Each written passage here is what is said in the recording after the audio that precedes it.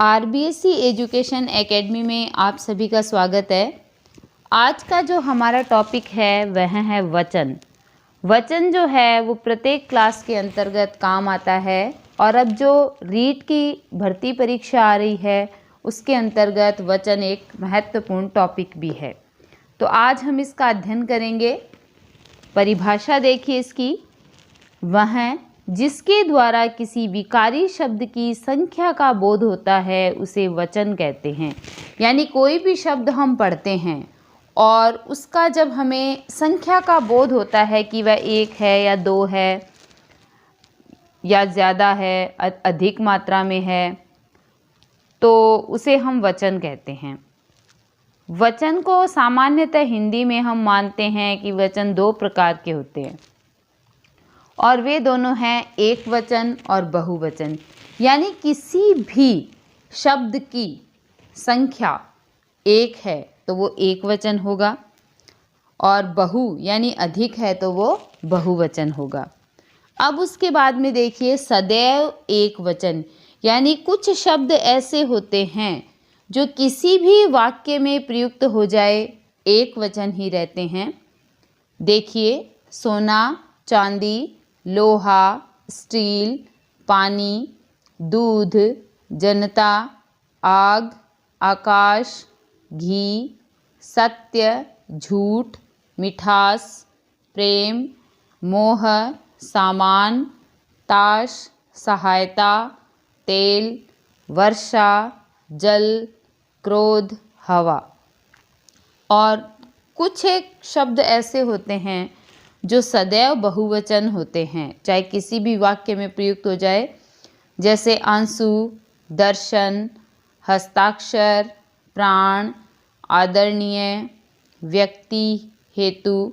प्रयुक्त शब्द आप, नियम, दाम, समाचार, बाल, लोग, होश, हालचाल आदि। वचन परिवर्तन देखिए कि शब्दांत आ को ए में बदलकर, यानी कोई भी शब्द का अंत आ है और वो एक वचन है तो उसे ए में बदलकर किस प्रकार हम बहुवचन बनाएंगे। तो जैसे शब्द है कमरा, तो कमरा का होगा कमरे और ए में बदल दिया यानी रा रे में प्रयुक्त हो गया। उसके बाद में है लड़का, लड़का का लड़के, बेटा का बेटे, पपीता का पपीते और रसगुल्ला का रसगुल्ले। फिर इसमें दूसरा नियम है वचन परिवर्तन का, शब्दांत ए को ए में बदलकर, ए है उसके ऊपर अनुस्वार लगाया हुआ है, तो कोई भी शब्द का अंत है वो ऐसे होता है तो उसे हम कैसे लिखेंगे।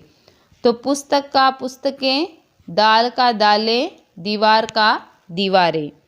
तीसरा नियम देखिए, शब्दांत में आए आ के साथ ए को जोड़कर, यानी ए जो है उसके ऊपर अनुनासिक लगा हुआ है, चंद्र बिंदु लगा हुआ है, तो जैसे बाला है, बाला जब हम पढ़ेंगे तो पीछे आ है, तो आ की जगह जब हम ए चंद्र बिंदु को प्रयुक्त करेंगे तो वह बहुवचन बन जाएगा।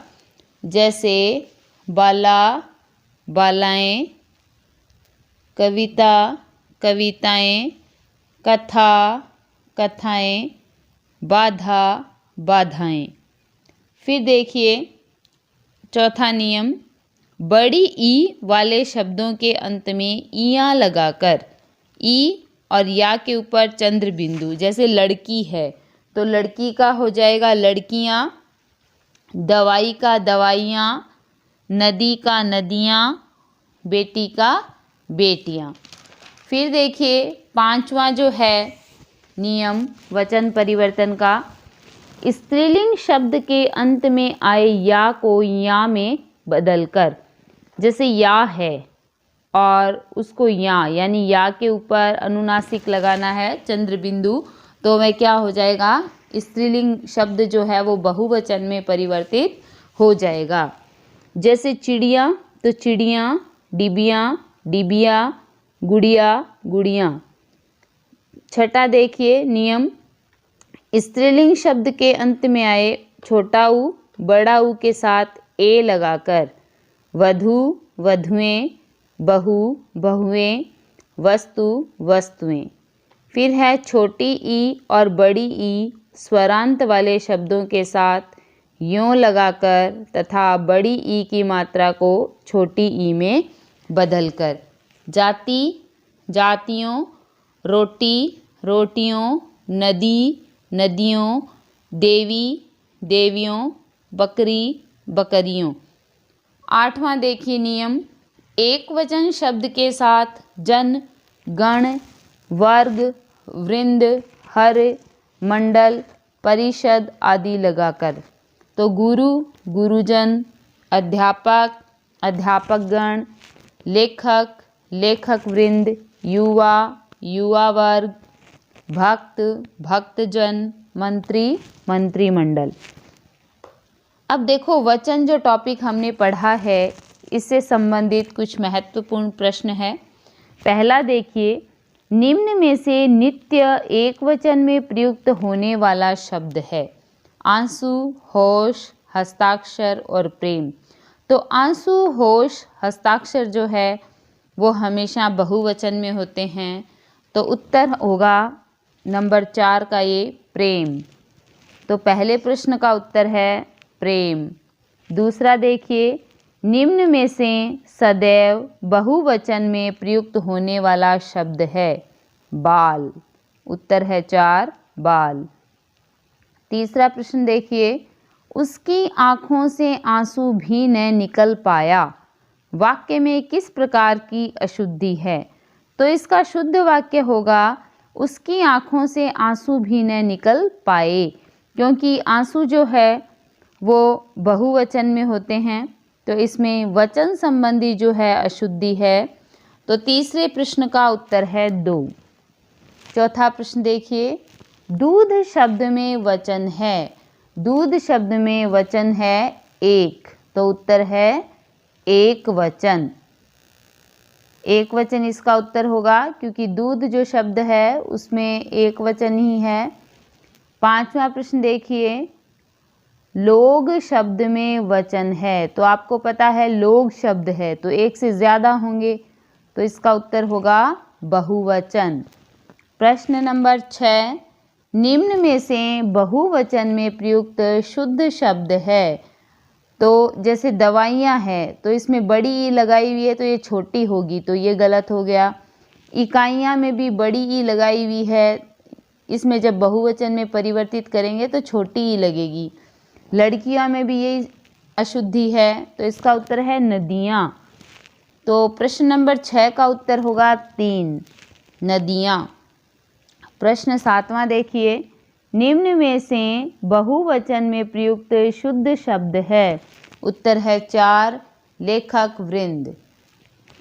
इसके बाद देखिए, वाक्यों की पूर्ति शब्द के बहुवचन रूप में कीजिए। जैसे वाक्य दिए हुए हैं और उसके आगे शब्द दिए हुए हैं और उन शब्दों को क्या करना है, बहुवचन में परिवर्तित करना है। जैसे हमने पुस्तक मेले से पुस्तकें खरीदी, या गर्मियों में खरबूजों की मौज रहती है। खरबूजा का हो जाएगा खरबूजों की मौज रहती है। 10वां प्रश्न, इन सीढ़ियों पर बूढ़ों का चढ़ना कठिन है। तो बूढ़ा का क्या हो जाएगा, बूढ़ों। 11वां प्रश्न देखिए, मैंने कभी 4 घोड़े वाली बग्गी नहीं देखी। तो घोड़ा है, इसका बहुवचन हो जाएगा घोड़े। गोली चलते ही चिड़ियाँ फुर से उड़ गई। तो शब्द क्या है, चिड़ियाँ। ऊपर क्या आ जाएगा, चंद्रबिंदु। तो ये हो जाएगा बहुवचन चिड़ियाँ। 13वां प्रश्न देखिए, मैं रोज आती जाती चूहियों को देखता हूँ। तो चूहिया का हो जाएगा चूहियों, यानी या को यो में परिवर्तित करना।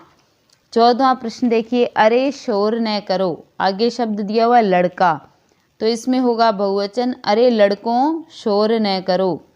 15वां प्रश्न देखिए, मेरे प्यारे बच्चों सुनो। तो ये शब्द है बच्चा और इसका बहुवचन हो जाएगा बच्चों। तो आप सभी ध्यानपूर्वक मैं जो भी वीडियो डाल रही हूँ देखें, सब्सक्राइब करें, शेयर करें और बेल आइकन दबाना न भूलें। धन्यवाद।